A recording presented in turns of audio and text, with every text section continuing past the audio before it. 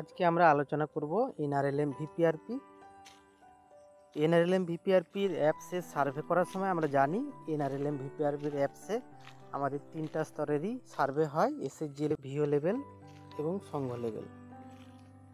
এবং আমরা যখন এসএসজি লেভেল সার্ভে করি সেখানেও আমাদের দু ধরনের কাজ হয়, এন্টাইটেলমেন্ট এবং লাইভলিহুড। আজকে আমরা লাইভলিহুডের পার্ট আলোচনা করব, স্টেপ বাই স্টেপ কিভাবে একটি পরিবারের তার প্ল্যান এন্ট্রি করতে হয়, তার প্রোফাইল এন্ট্রি করতে হয়, র্যাঙ্কিং করতে হয়, স্টেপ বাই স্টেপ আলোচনা করব। প্রথমেই আমরা যদি নতুন থাকি, আমরা এনআরএলএম অ্যাপটা প্রথমে ডাউনলোড করতে হবে। আমাদের প্লে স্টোরে গিয়ে সার্চ করতে হবে এনআরএলএম ভিপিআরপি। এনআরএলএম ভিপিআরপি এইভাবে সার্চ করেছিলাম। তো এনআরএলএম ভিপিআরপি সার্চ করলে প্রথমেই যে অপশানটা আসবে সেটাতেই আমাদের ডাউনলোড করতে হবে, ইনস্টল করতে হবে। যেহেতু এই ফোনে অলরেডি ইনস্টল করা রয়েছে তাই আর এটা ইনস্টল করতে হচ্ছে না, আমরা সরাসরি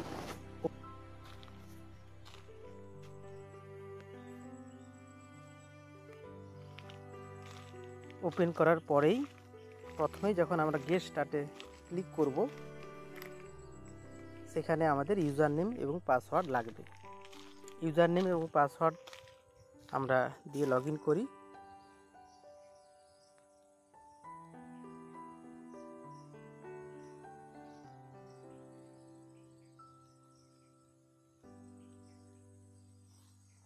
ইউজার নেম এবং পাসওয়ার্ড দিয়ে লগ ইন করার পরে নিচে একটা অপশান রয়েছে রিমেম্বার মি। এই রিমেম্বার মি এই ঘরটি ক্লিক করে না রাখাই ভালো, কারণ যদি আপনি বারবার ভুল পাসওয়ার্ডও দেন তাহলেও কিন্তু আপনার ব্রাউজারে কিন্তু অটো সেভ হতে থাকবে। তাই আমরা কখনোই রিমেম্বার মিটা ছুঁব না। তারপরে আমরা সাইন ইন করব।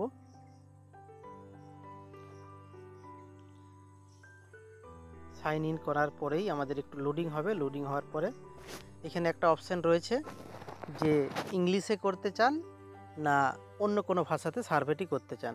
আমরা যদি ইয়েস করি সেখানে সব ধরনের যেগুলো চালু সেই ল্যাঙ্গুয়েজগুলো রয়েছে, হিন্দি, বাংলা। আর যদি ইংলিশে করা থাকে তাহলে আমাদের নো করলেই হবে, এখানে আর কিছু আমাদের করতে হবে না। ইংলিশ করে আমাদের সেট করলেই অ্যাপটা চালু হতে শুরু করবে।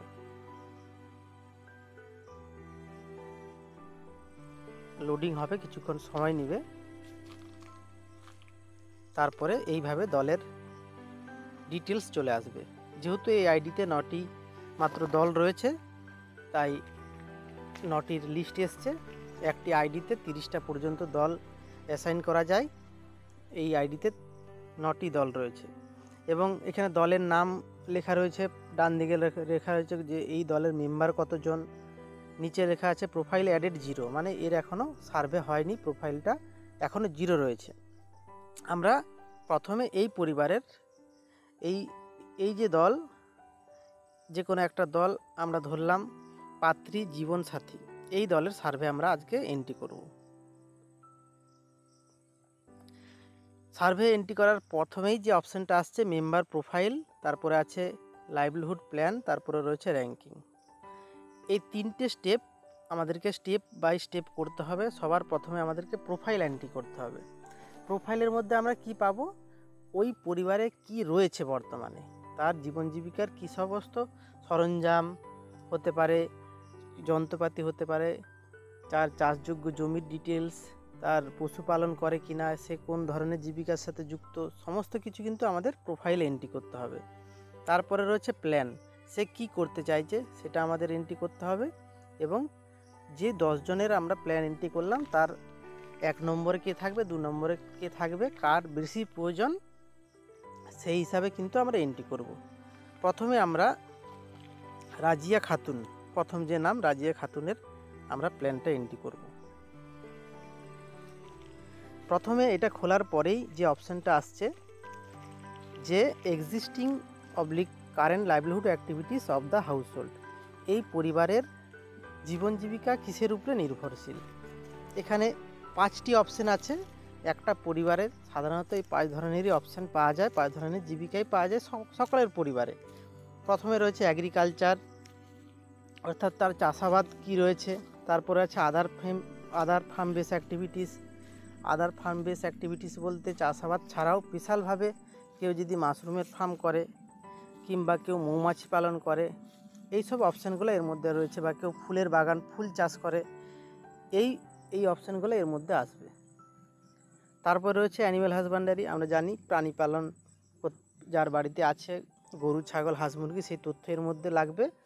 এনটিএফটি, নন টিম্বার ফরেস্ট প্রোডাক্ট, বা জঙ্গলের কোনো প্রোডাক্টের উপরে যারা নির্ভরশীল, কেউ শাল পাতা তুলে সেখান থেকে একটা ইনকাম হয়, কেউ জঙ্গল থেকে হয়তো শাল বীজ সংগ্রহ করে, আরও বিভিন্ন ধরনের হতে পারে, মধু সংগ্রহ করে, জঙ্গলের উপরে নির্ভর করে কিছু একটা আয় হয়, সেই তথ্যটা এখানে লাগবে। তারপরে লাস্টে রয়েছে মি নন ফার্ম স্কিল অ্যাক্টিভিটিস।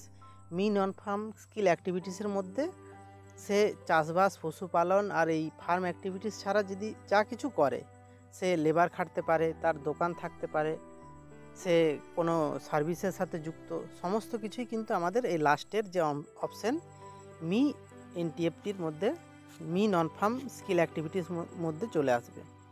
আর তার আগে এনটিএফটি মানে জঙ্গলের প্রোডাক্টের উপরে আমাদের আসবে। তাহলে আমরা এই পরিবারে আমরা সার্ভে করছি, এই পরিবারের এগ্রিকালচার রয়েছে,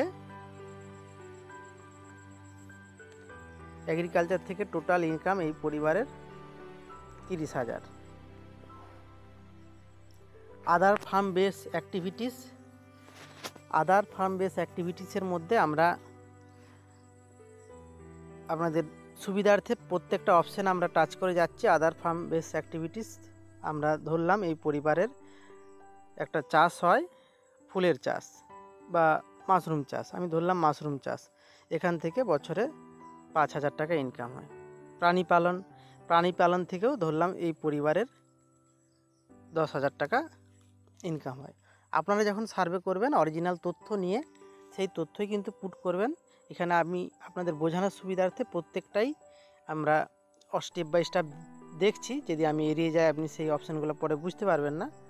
এনটিএফটি জঙ্গলের শালপাতা তৈরি করে, শালপাতা কালেকশন করে সেটা সেলাই করে, সেখান থেকেও বছরে একটা 15,000 টাকার মতো ইনকাম হয়। বাড়িতে কেউ আছে যারা ডেলি মজুরের কাজ করে, সেখান থেকেও তাদের একটা 30,000 টাকার মতো ইনকাম হয়। টোটাল আমাদের এখানে কিন্তু নিচে অলরেডি টোটাল চলে আসছে, টোটাল এই পরিবারের 90,000 টাকা ইনকাম। এরপরে আমরা নেক্সটে চলে গেলাম।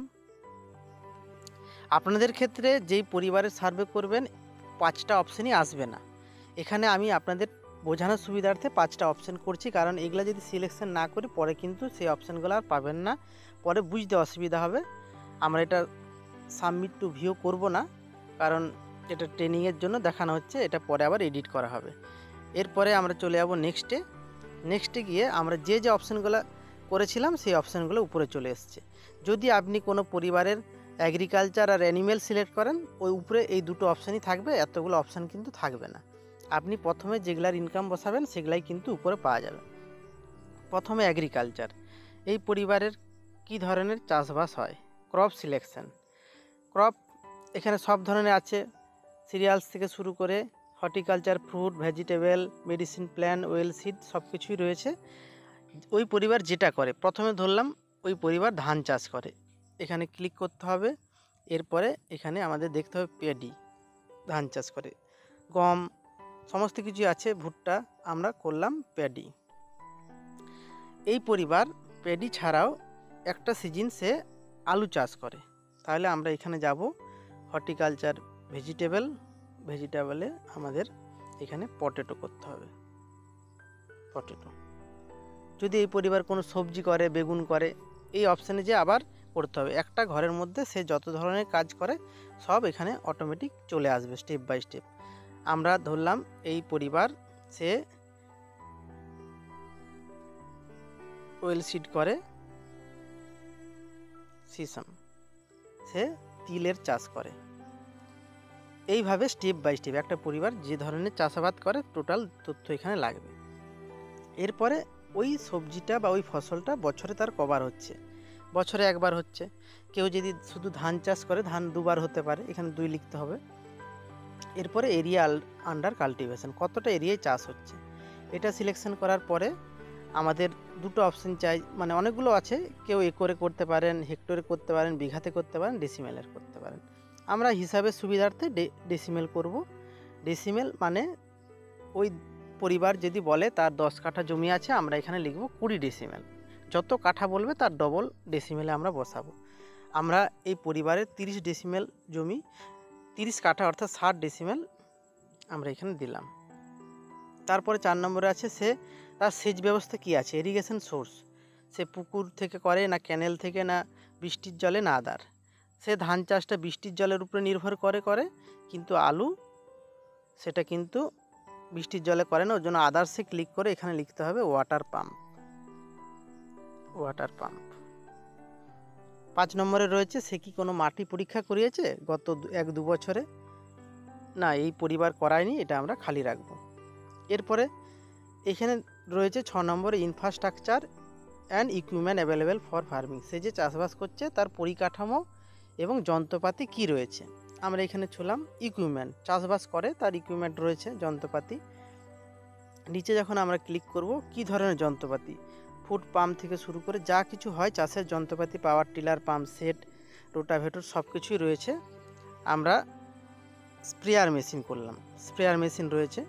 এইভাবে একটা পরিবার যদি আরও অন্য কিছু থাকে আবার আমরা অন্য মেশিনও দিতে পারি, যেমন আমরা এখানে দিয়ে দিলাম পাম্প সেট দিতে পারি, রোটাভেটার, আমরা থ্রেসার মেশিন দিলাম, ধান ঝাড়াইয়ের একটা মেশিন। তারপরে আমরা সেভ অপশানে যাব। সেভ অপশানে গেলে আমাদের এগ্রিকালচারের যা কিছু তথ্য সেটা আমাদের হলো। এরপরে নেক্সটে যে আদার ফার্মের মধ্যে আমাদের রয়েছে মৌমাছি পালন, ফুলের চাষ, মাশরুম, আমরা করব মাশরুম। এরপরে how many month engage in year, সে একই রকম কত মাস তার এই জীবিকা থেকে সংসার চলে, কত মাস এই জীবিকার উপর নির্ভরশীল, আমরা 4 থেকে 6 মাস করলাম। এখানেও ইনফ্রাস্ট্রাকচার ইকুইপমেন্ট, এখানে আমরা করব ইনফ্রাস্ট্রাকচার, কারণ মাশরুম রুমের মধ্যে হয়, সেখানে মেশিনারির থেকে পরিকাঠামোটা বেশি দরকার। ইনফ্রাস্ট্রাকচার এখানে করব যে room for mushroom production, room রয়েছে। এরপরে আমরা নেক্সটে চলে যাব। তারপরে অ্যানিমেলে যখন যাব আমরা কি অ্যানিমেল রয়েছে সেটা আমাদের সিলেক্ট করতে হবে। আমরা এই পরিবারের গরু রয়েছে, গরু সিলেক্ট করলাম। আপনারা ছাগল থাকলে ছাগল, পিগ থাকলে পিগারি, এই বিষয়গুলো আপনি সিলেক্ট করবেন। কটি গরু আছে, 2টি গরু আছে।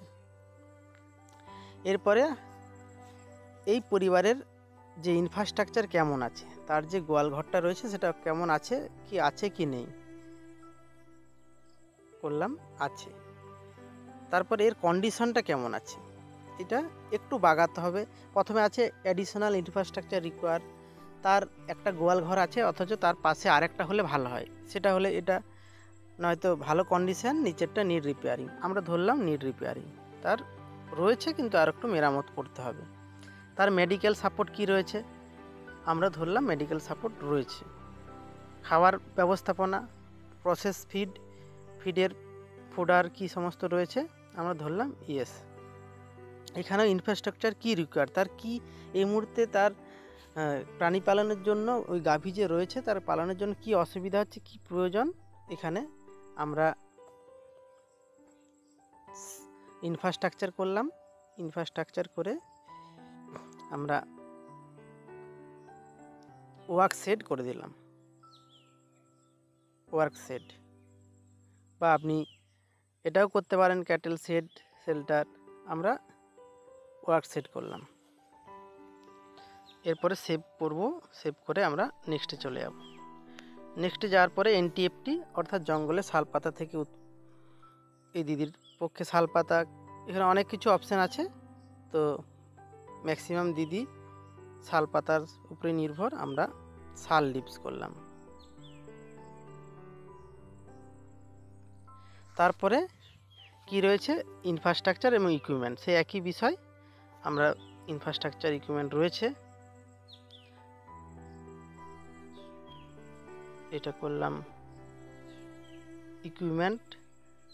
তার প্যাকিং ইকুইপমেন্ট রয়েছে, সোলার ড্রায়ার, এইসব মেশিনগুলো হয় যেগুলো প্যাকিং করার জন্য লাগে, আমরা ধরলাম প্যাকিং করার তার সরঞ্জাম রয়েছে, দিয়ে আমরা নেক্সটে গেলাম।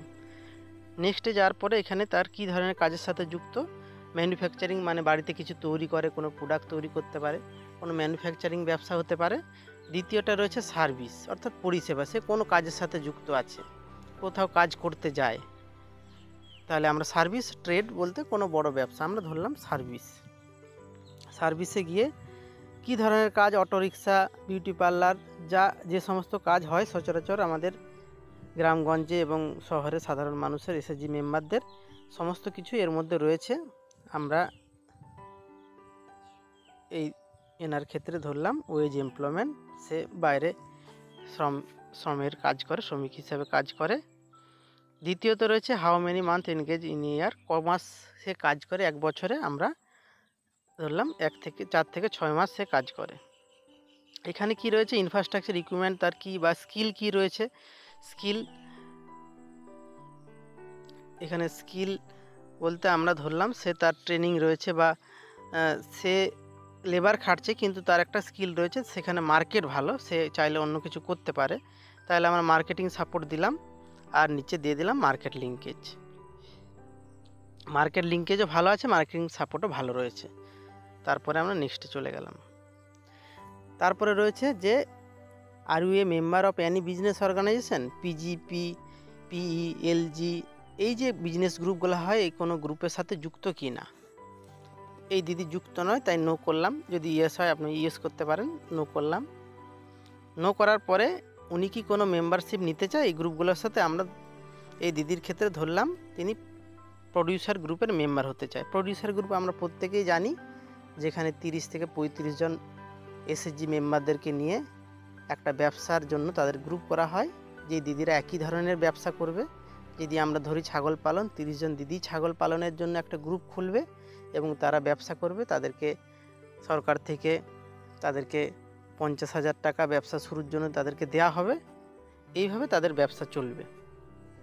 তারপরে আমরা চলে গেলাম নেক্সটে গিয়ে ওই পরিবার বা ওই দিদি, এই রাজিয়া খাতুন বিবি, সে কি কোনো ট্রেনিং পেয়েছে, কোনো স্কিল অ্যাক্টিভিটিস বা কোনো প্রোগ্রামের ট্রেনিং পেয়েছে। আমরা করলাম হ্যাঁ ইয়েস পেয়েছে, এখানে করলাম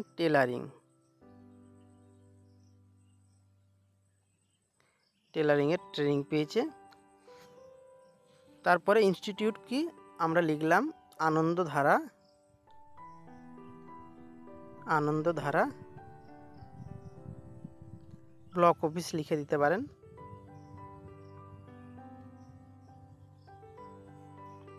কত সালে পেয়েছে, এইভাবে।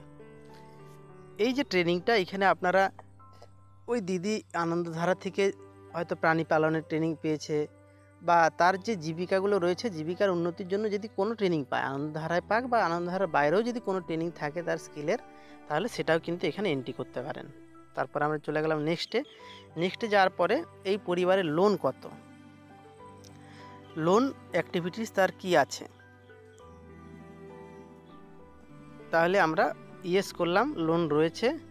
Type of livelihood activities which loan is avail, কিসের জন্য তার লোনটা নেওয়া হয়েছিল, এই দিদি এগ্রিকালচারের জন্য লোন নিয়েছিলেন। এবং তারপরে কোথার থেকে নিয়েছিলেন, সোর্স অফ 3 নম্বরে source of credit for livelihood activities, কোথার থেকে নিয়েছিলেন, তিনি এসএইচজি ব্যাংক লিঙ্কেজ থেকে লোন নিয়েছিলেন। তিনি নিয়েছিলেন 50,000 টাকার লোন। তারপরে নিচে রয়েছে যেটা আমরা 50,000 টাইপ করলাম, ওটাই টোটাল ক্রেডিট অ্যাভেলেবেল চলে আসলো। যদি ওই দিদি এসএইচজি ছাড়াও, এসএইচজি ব্যাংক লিঙ্কেজ ছাড়াও আদার্স যদি কোনো জায়গা থেকে নেয়, সেটা যখন আমরা এখানে যদি টাইপ করি, সেটা কিন্তু নিচে টোটাল হয়ে যাবে। ঠিক আছে, অন্য কোনো সোর্স থেকেও নিতে পারে, যেইখান থেকে যত জায়গা থেকে লোন নিয়েছে টোটাল অ্যামাউন্টটা এখানে চলে আসবে।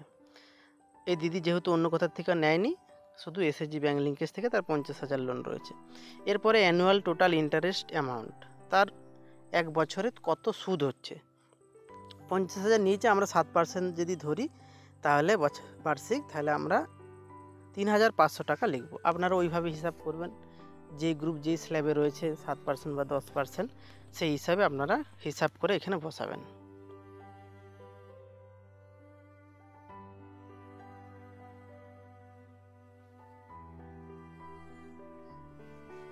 এরপরে আমরা করব কি, নেক্সটে যাব, এটা সেভ করব। প্রোফাইলটা সেভ হয়ে গেল। এই দিদির প্রোফাইলের আমাদের গ্রিন চিহ্ন চলে আসলো, মানে এই দিদির প্রোফাইলটা হলো। এইভাবে আমাদের যতজন মেম্বার রয়েছে, আরও যে 9 জন মেম্বার এখনও পেন্ডিং রয়েছে, 9 জন মেম্বারের কিন্তু আমাদের প্রোফাইলটা এন্ট্রি করতে হবে। এরপরে আমরা প্রোফাইল দেখলাম, এরপরে দেখব প্ল্যান কিভাবে এন্ট্রি করে। এই দিদির যখন প্ল্যান এন্ট্রি করব, অ্যাড প্ল্যান আমাদের ক্লিক করতে হবে। অ্যাড প্ল্যান ক্লিক করার পরে প্রথমেই রয়েছে ফার্মিংয়ের উপরে, চাষবাসের উপরে যদি কোনো প্ল্যান করি, আমরা প্রথমে এগ্রিকালচার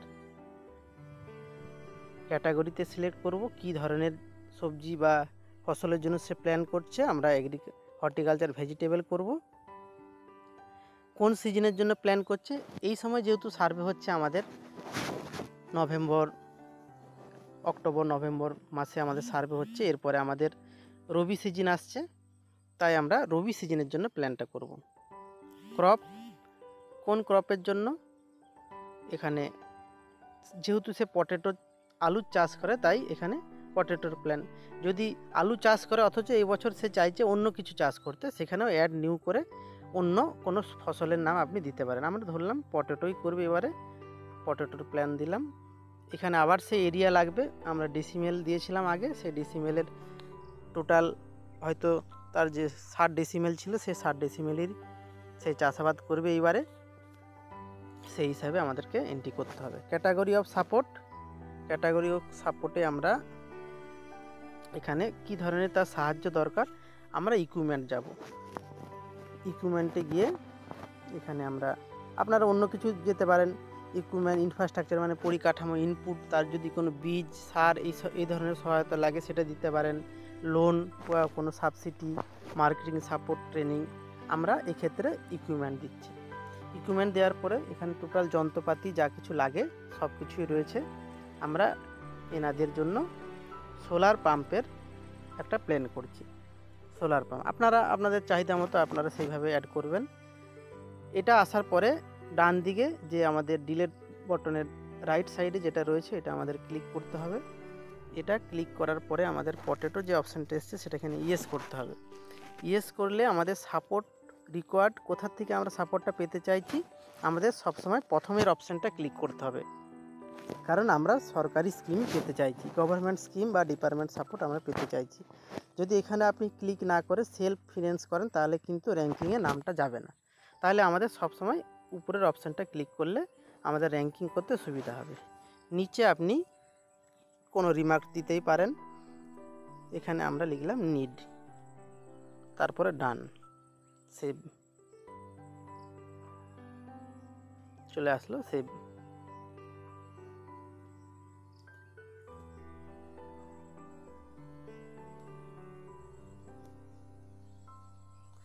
এখানে ফার্মিংয়ে একটা প্ল্যান অ্যাড হয়ে গেছে। এরপরে এই দিদির যদি ফার্মিং বাদেও আমরা অন্য কোনো প্ল্যান করতে চাই, অ্যানিমেলের উপরে আমরা অ্যানিমেলও দিতে পারি। অ্যানিমেল এখানে আমরা বলেছিলাম সে গরু পালন করে, তার কটি গরু রয়েছে, এই মুহূর্তে 2টি গরু রয়েছে। ক্যাটাগরি অফ সাপোর্ট কি আছে, তার কিসের সাপোর্ট দরকার, আমরা ধরলাম মেশিনারি বা যন্ত্রপাতি কিছু দরকার।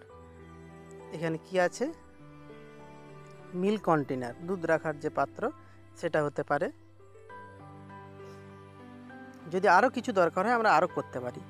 আমরা মিল্ক কন্টেনার করলাম, তারপরে আবার সেই একই রকম ইয়েস করতে হবে। গভর্নমেন্ট স্কিম, এখানে আমাদের নিড লিখতে হবে, দিয়ে আমাদের সেভ, ডান করে সেভ করতে হবে। তাহলে আমরা যদি দেখি এনার এখানে একটা প্ল্যান হয়েছে, অ্যানিমেল প্ল্যান হয়েছে, আরও যদি এনটিএফটি বা এগুলোতেও করি আমাদের সে একই রকম সিস্টেমই আমাদের করতে হবে। তাহলে এনার প্রোফাইলেও গ্রিন হয়ে গেছে, প্ল্যানেও গ্রিন হয়ে গেছে। এরপরে আমরা র্যাঙ্কিংয়ে যাব। এই দিদির নাম র্যাঙ্কিংয়ে চলে এসছে। র্যাঙ্কিংয়ে আসার পরে এখানে যেহেতু আমাদের একজন মেম্বার, তাই আমরা এখন এক টাইপ করলাম।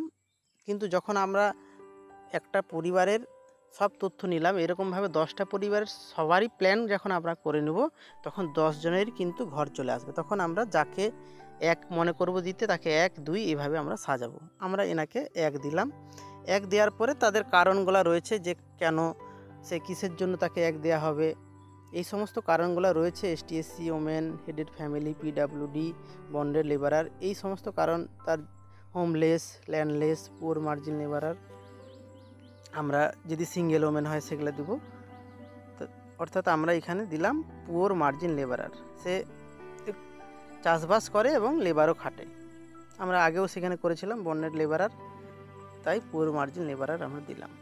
প্রত্যেক ব্যক্তির আপনি আলাদা আলাদা কারণ দিতে পারেন, যাদের কারণ বুঝতে পারছেন না, এগুলোর মধ্যে মিলছে না, তখন আপনি লাস্টেরটা অ্যানি আদার দিয়ে দিতে পারেন। তাহলে আমাদের 10 জনের যখন আমরা করব, 10 জনেরই কিন্তু আমাদের করে লাস্টে এই যে প্ল্যান ভ্যালিডেট অপশানটা আমাদের ক্লিক করতে হবে। প্ল্যান ভ্যালিডেট আমরা তখনই করব যখন আমরা 10 জনের নাম এখানে চলে আসবে। 10 জনের নাম আসলে 1 থেকে 10 পর্যন্ত আমরা র্যাঙ্ক করে তারপরে প্ল্যান ভ্যালিডেট করব। এবং আমাদের দেখতে হবে যেন এই যে প্ল্যানের লিস্ট, সেই প্ল্যানে যেন 10 জনের নামই আসে। 10 জনের নাম না আসলে আমাদের সাবমিট টু ভিউ করতে অসুবিধা হবে। এই বিষয়গুলো আমাদের মাথায় রাখতে হবে। এর পরবর্তী সময় যখন আমরা ভিডিও বানাবো, তখন আমরা কিভাবে সাবমিট টু ভিউ করতে হয় তার স্টেপ বাই স্টেপ আলোচনা করব। আজকে এটুকুই, ধন্যবাদ।